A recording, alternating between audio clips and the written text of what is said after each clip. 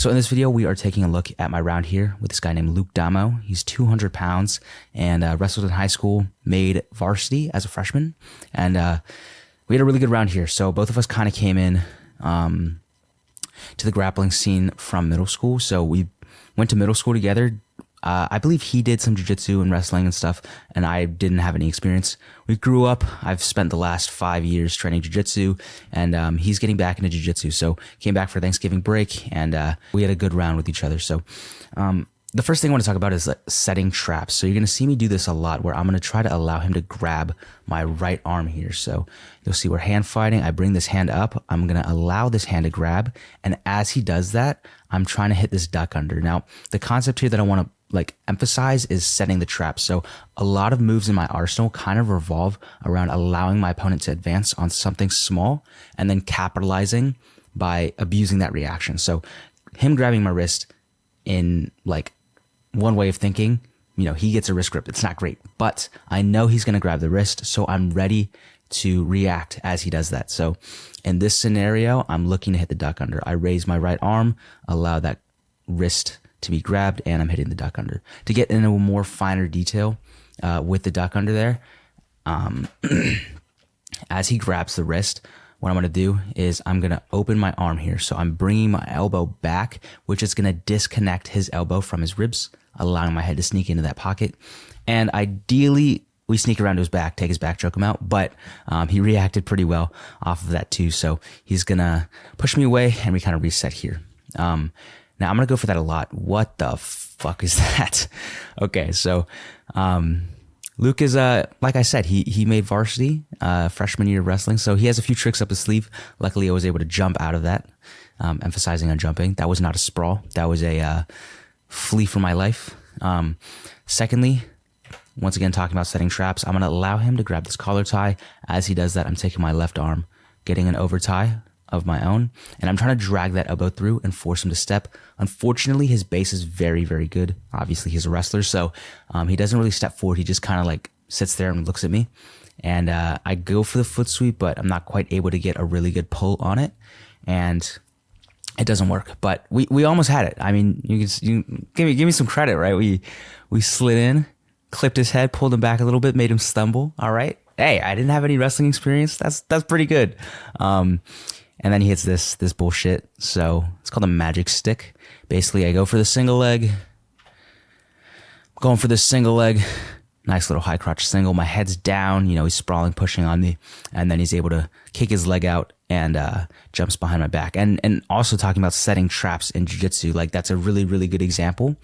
He allows, I attack the single leg. He's aware of it. And as soon as he finds that opening, it now turns into his offense, being able to sneak around to my back and start to threaten that guard pass and that back take there. So looking into the second concept that I really want to talk about in this round is straight arm frames. Now, the idea here is whenever we have someone passing our guard, even if they're much, much bigger than us, if I can bring my arms locking my elbows out straight, it's going to be very hard for them to continue on that pass just because of the bone structure. So as Luke is trying to make his way around my guard, I have two very strong frames just pushing on him here. So it's going to be hard for him to get down chest to chest. Now, one of the guards that I've been playing a lot recently, I call it reverse K guard. Name is still being worked on because I think Jason Rao did something with that first. But the idea here is I'm trapping this near side leg here, and I'm bringing my hips under his knee and trying to trap this leg between my legs, going for leg locks and leg entanglements and things like that. Luke, being a athletic specimen, just knee slices out, and we're going to go for it one more time, I believe, at some point right here. So once again, straight arm frames. I'm using my foot to kick him outward, and I'm trying to roll through on that heel hook, but he's just too big, too strong, and too fast, and just knee cuts outward. So we have a few more of those coming, but I go for the foot sweep once again, looking for the duck unders. My wrestling game is I play very counter wrestle, so setting traps, always looking trying to abuse the collar ties, trying to abuse, his grip fighting, and looking to get into offense off of things that he does. But with Luke, he has such a strong base, so it was really hard to try to get him to react to things. just like this duck under, right? Like he grabs the wrist. I'm going for the duck under, but his base is just too good. He doesn't really waver in that sense. And then just completely headbutts me and puts me on my back. No shame there. I think I also went in for a double leg, and he won that battle. So now my back. This is where I want to be. All right, I'm the purple belt in this scenario. Okay, I have the advantage here on the ground. As they say, the ground is my ocean, and something about a shark. But I don't really think I'm being much of a shark here. I think I'm just getting like railed. So Luke starts going for this double unders, and one of the big things that we want to think about with the double unders pass is we're just flexing our thighs, trying to make our legs really heavy. And I'm also trying to weave my feet between his legs. Unfortunately, that doesn't work. He starts really throwing me and picking me up. And from here, I'm actually reaching around his back, using that to gain some leverage to start sneaking my legs back in. And I'm about able to recover my guard. So from here, once again, straight arm frames, locking my elbows, getting my knees back in front of me. And now we're transitioning into offense here. So we just talked about this, but one of the concepts that I always want to think about when playing guard is trying to get under my opponent's hips. So you're going to see me scoop this far leg, Luke's left leg, with my hand, and I'm going to start dragging that leg up onto my shoulder, and now I'm going to use my feet to start pressing him away. Luke actually pushes back into me, and we start falling to the opposite side. So I just kind of let that happen, and I'm going to end up on top here. Okay, this is actually a really good position to hold him down in half guard. A little sus, but the point is, we're in half guard, so I can kind of prevent his legs from being able to scoot out. I can use my chest to keep him down. I'm going to go for something that he also did. I'm going to back out, but notice my chest is going to stay above Luke the entire time. So my chest is not backing away. I'm keeping my chest forward. Okay, so if he wants to stand up, I can just drop down onto him. Now I'm going to go for this kind of loose outside style. So I'm going to start grabbing his leg here, and I'm using my shoulder to trap this top leg as I walk around to Luke's right side. Now, setting traps, once again, talking about that concept, I know that Luke is going to start turning to face me as soon, because I'm threatening the guard pass here on his left side. Now, as he goes to react to that, I know this leg is going to come up to try to prevent me from coming to that side. So instead of trying to fight this and really get like tunnel visioned on passing to the right, I'm going to counter. So as this leg starts coming up, I'm going to draw my arm under it, and I'm going to go for a single stack over here on the left leg. Now notice in this position here, okay, I'm grabbing his belly and I'm reaching across his body and stacking my shoulder above or right under his knee, so I can use my body to press him in.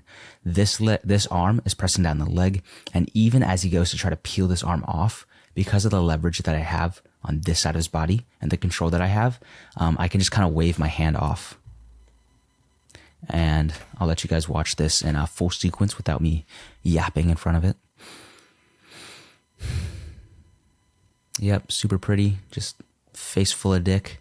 And we're getting around to this stack position. So I don't really have a lot of leverage, and he back rolls, throws me over him. And you know what? We're getting him back for that double leg he hit on me earlier, all right? I can wrestle a little bit, all right? I'm not completely helpless on the feet. But I can feel his bottom leg's pretty loose on my leg here, so I'm gonna knee cut outward, diving in, and then from there we're hitting this spicy triangle. I call it the Sunsetter Triangle. All right, it's one of my signature moves. I know the name's kind of corny, but it's the OG. All right, you guys, if you guys have been watching the channel for a while, you know this is my bread and butter here. So as Luke starts to underhook, I'm jumping up on his back, hitting that triangle, and we're gonna pretend I finished that. Unfortunately, as I go to lock the triangle up, he's just too big and too fucking strong, and just rips his head out of there. And now, like, from here, I believe we just kind of reset away from the other guys. And he hits this nice knee cut, just dropping his full 200 pounds of mommy milkers on me. And even my legs cannot press him away anymore. I'm pretty gassed at this point. Like, I normally don't get too tired, but I mean, just like the relentless weight and pressure is it's real, dude. And not only that, you can see him grabbing my left arm. So I had no straight arm frames anymore. And from there, he's going to get that guard pass. We're going to take the L on this. Sees this arm's open, so he goes ahead and dives on it. Luckily, we have the bell escape. If you guys don't know what the bell escape is, listen to this.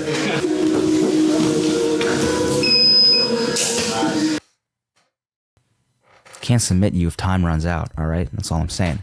Anyways, so hope you guys learned something from that video. Remember, set traps. All right. Allow a little bit of advancement. Is that a word? Allow your opponent to advance a little bit. Try to understand those reactions, counter those reactions, and get back into offense off of those. Always looking to get under our opponent's hips whenever we're playing guard. One of the most powerful strategies and ideas we can do from bottom. And then guard retention. All right, no matter how big they are, it's going to be very hard for them to pass your guard if you have solid bone structure and you're drinking a lot of milk. So I hope you guys were able to learn something from that video. If you did, make sure to subscribe, and I'll see you in the next one.